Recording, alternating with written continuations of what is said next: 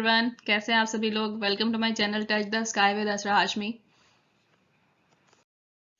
तो आज का जो टॉपिक है वो है इंडिविजुअल डिफरेंसेस, जिसे हिंदी में कहते हैं व्यक्तित्व विभिन्नताएं। मतलब हर इंसान अपने अपने उसमें अलग अलग कैरेक्टरिस्टिक रखता है। मतलब अलग अलग विभिन्नताएं हैं हर इंसान के अंदर। हर इंसान बायोलॉजिकल, मेंटल या इमोशनल या कल्चरल तरीके से एक दूसरे से बिल्कुल ही विभिन्न है, अलग है। ठीक है, देखिए मैंने यहाँ पे एक छोटा सा इमेज भी डाली है जिसमें लिखा है respect individual differences and don't laugh at others. मतलब कि हर इंसान अपना अलग अलग उसमें इंडिविजुअली डिफरेंट है एक दूसरे से। कोई मोटा है, कोई पतला है, कोई शॉर्ट है, कोई टॉल है, कोई अलग तरह मतलब सब अपने अपने उसमें अलग अलग तरह के हैं। और किसी के ऊपर हंसना नहीं चाहिए। सही बात है, बिल्कुल सही बात है, किसी के ऊपर हंसना नहीं चाहिए। हर इंसान अलग अलग तरह से का होता है। ठीक है, individual differences are based on biological, mental, emotional and cultural. मतलब बायोलॉजिकली भी इंसान इंडिविजुअल जो होता है वो अलग होता है, डिफरेंट होता है एक दूसरे से। मेंटली भी अलग होता है, हर तरह का सबका दिमाग अलग अलग तरह से वर्क करता है, सब अलग अलग तरह की चीजें सोचते हैं। इमोशनली भी अलग होता है, कोई कोई बहुत ही ज्यादा इमोशनल होता है, बहुत जल्दी रो पड़ता है। कोई होता है जो चाहे जो जिसको चाहे कुछ भी कह लो वो हंसता ही रहेगा। तो ये अलग अलग तरह की व्यक्तित्व विभिन्नताएं हैं। कल्चरली भी सब अलग अलग होते हैं। कोई साउथ का है, कोई नॉर्थ का है, कोई ईस्ट का है, कोई वेस्ट का है। तो सब अपने अपने तरह से अलग ही अलग होते हैं। और ये इंडिविजुअल डिफरेंसेस मदर नेचर ने हम लोग को दिया है। मतलब ये नेचुरली एक्वायर्ड है। मतलब कोई इसमें वैसी बात नहीं कि किसी की मैन मेड है या कुछ है, या नेचुरल ही होता है। Individual differences are the ways in which people differ from each other. मतलब पीपल एक दूसरे से अलग अलग तरह से डिफर करते हैं, डिफरेंट होते हैं एक दूसरे से। तो ये एक मतलब प्रोसेस है जिसमें अलग अलग लोग अलग अलग तरह से एक दूसरे को से डिफर करते हैं।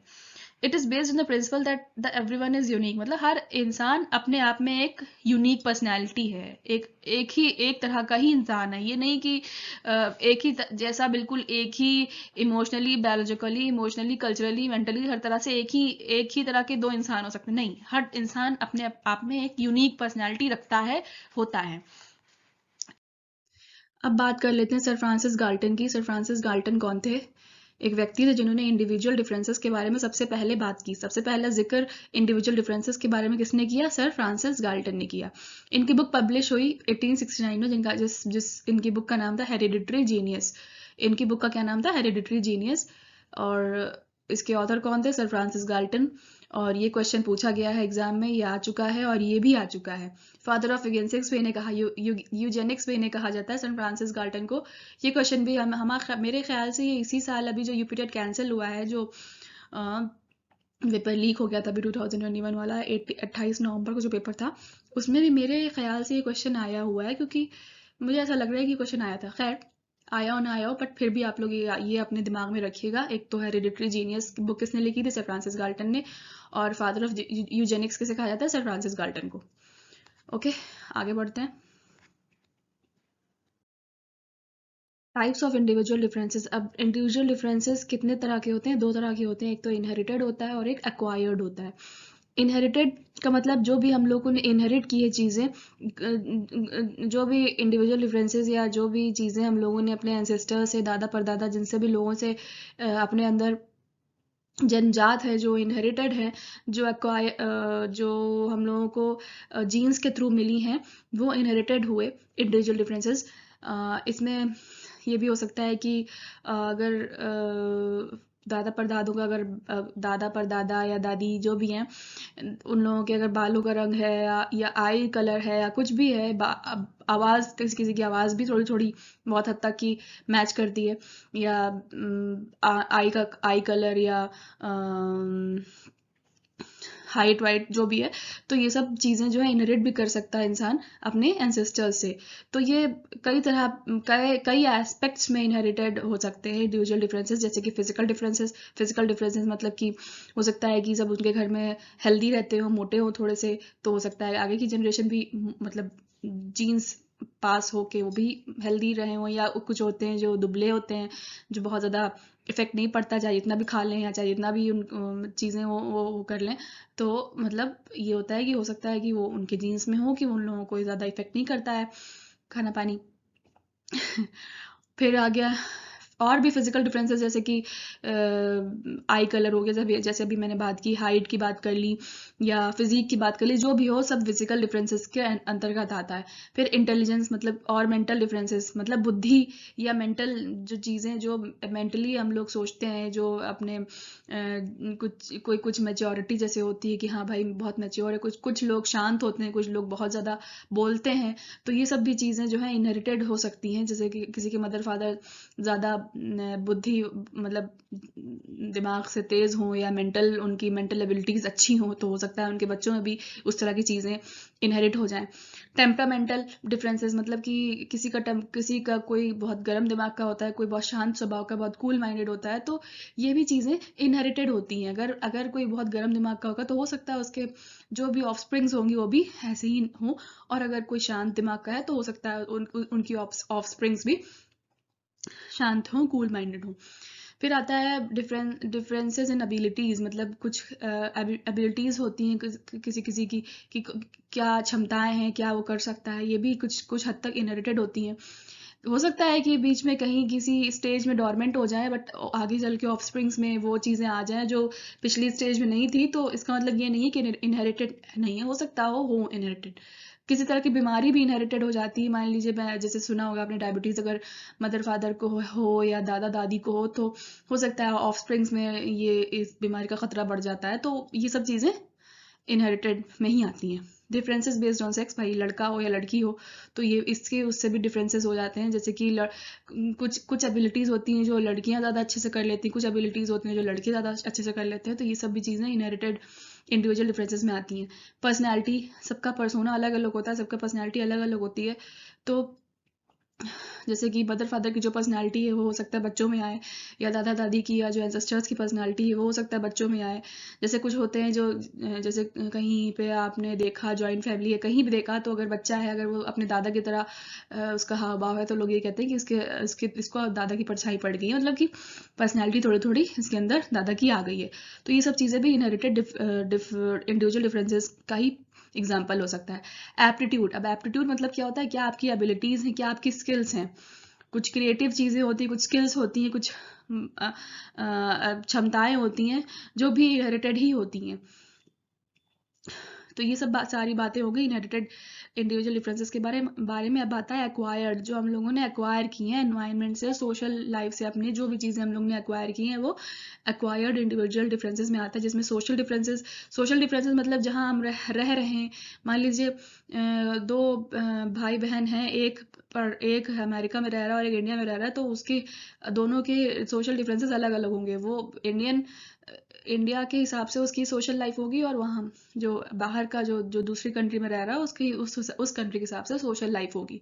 अचीवमेंट भी मतलब कोई किसी तरह से कुछ अचीव कर पाया हो और दूसरा कोई किसी और तरह से अचीव कर पाया, तो वो भी एक्वायर्ड होती है। कि कोई टीचर है, कोई डॉक्टर है, या कोई कुछ और है, तो ये सब भी चीज़ें होती हैं एक्वायर्ड में। भाई ये तो आपने सोशल लाइफ से आपने पढ़ा है और लिखा है, उसके बाद आपने ये चीज़ डिग्री एक्वायर्ड की है। कल्चर के अकॉर्डिंग होता है भाई, किसी का कल्चर कुछ है, किसी का कल्चर कुछ है। मान लीजिए ईस्ट इंडिया में कुछ और कल्चर है और वेस्ट इंडिया का कुछ और कल्चर है, तो ये भी चीज़ें एक्वायर्ड हैं, ये भी इंडिविजुअल डिफरेंसेस हैं जो कि एक्वायर्ड हैं, जो आपने अपने आसपास के माहौल से एक्वायर की हैं। ये आपको इनहेरिटेड नहीं हुई थी, आपको जन्मजात नहीं थी, आपने एक्वायर की हैं सोशल लाइफ से, सोशल एनवायरनमेंट से। फिर आती हैं इमोशनल मतलब आप अगर इमोशनल भी ज़्यादातर एक्वायर्ड ही कह सकते हैं, क्योंकि कुछ कुछ चीज़ें ऐसी होती हैं जो कि आपने माहौल से ही आप लोग उसको अंदर अपने अंदर लेते हैं। ठीक है।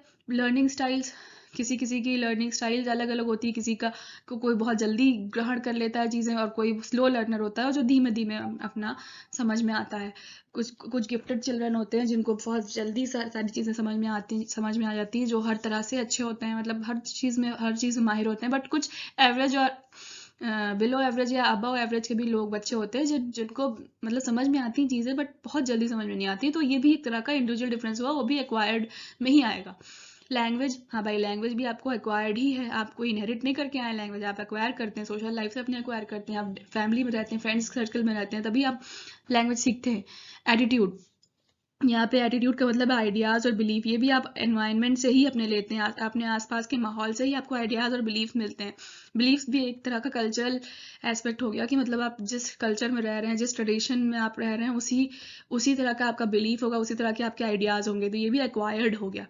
एप्टीट्यूड और एटीट्यूड में आप एप्टीट्यूड और एटीट्यूड में आप देखिए डिफरेंस समझ लीजिए। एप्टीट्यूड मतलब जो आपकी क्षमताएं हैं, जो आपकी स्किल्स हैं, और एटीट्यूड मतलब जो आपकी आइडियाज़, आपके बिलीव्स हैं, वो आपके एटीट्यूड में आगे। एटीट्यूड एक्वायर्ड होता है और एप्टीट्यूड इनहेरिटेड होता है, ठीक है। फिर आता है फैक्टर्स अफेक्टिंग इंडिविजुअल डिफरेंस। कौन कौन से तत्व है, कौन कौन से कारक हैं जो कि इंडिविजुअल डिफरेंसेस को अफेक्ट करते हैं। तो भाई सबसे पहले अभी है हेरिडिटी और एनवायरनमेंट में पढ़ा ही चुकी हूँ। हेरिडिटी मतलब वही, इनहेरिटेड, और एनवायरनमेंट मतलब जो एक्वायर्ड है चीज़ें।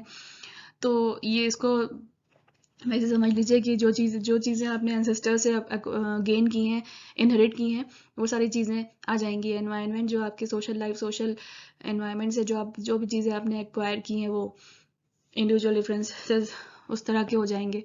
तो इसको हेरिडिटी और एनवायरनमेंट का हर जगह देखिए प्रभाव पड़ रहा है। डेवलपमेंट में भी पढ़ा, अब इंडिविजुअल डिफरेंसेस में पढ़ रहा है। तो हेरिडिटी और एनवायरनमेंट पे ही पूरा समझ लीजिए एक व्यक्ति जो है बेस्ड होता है। फिर कास्ट, रेस और नेशन पे भी इंडिविजुअल डिफरेंसेस बेस्ड होती हैं कि भाई हर किसी की कास्ट अलग है, रेस अलग है, नेशन अलग है। कोई इंडिया में रह रहा है, कोई अमेरिका में रह रहा है, तो उसका कल्चर अलग होगा। यहाँ इंडियन कल्चर अलग है। तो ये सारी चीज़ें भी इंडिविजुअल डिफरेंसेस का ही पार्ट है।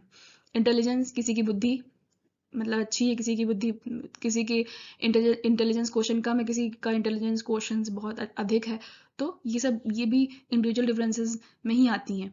एजुकेशन तो सबसे ज़्यादा इंपॉर्टेंट पार्ट है इंडिविजुअल डिफरेंसेस का।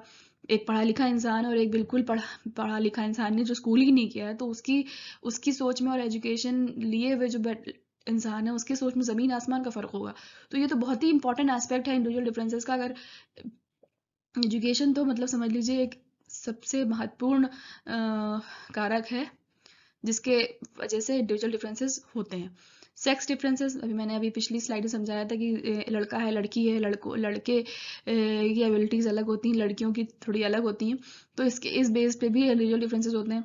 इकोनॉमिक कंडीशन भी बहुत हद तक इंडिविजुअल डिफरेंसेस पे बेस्ड होती हैं।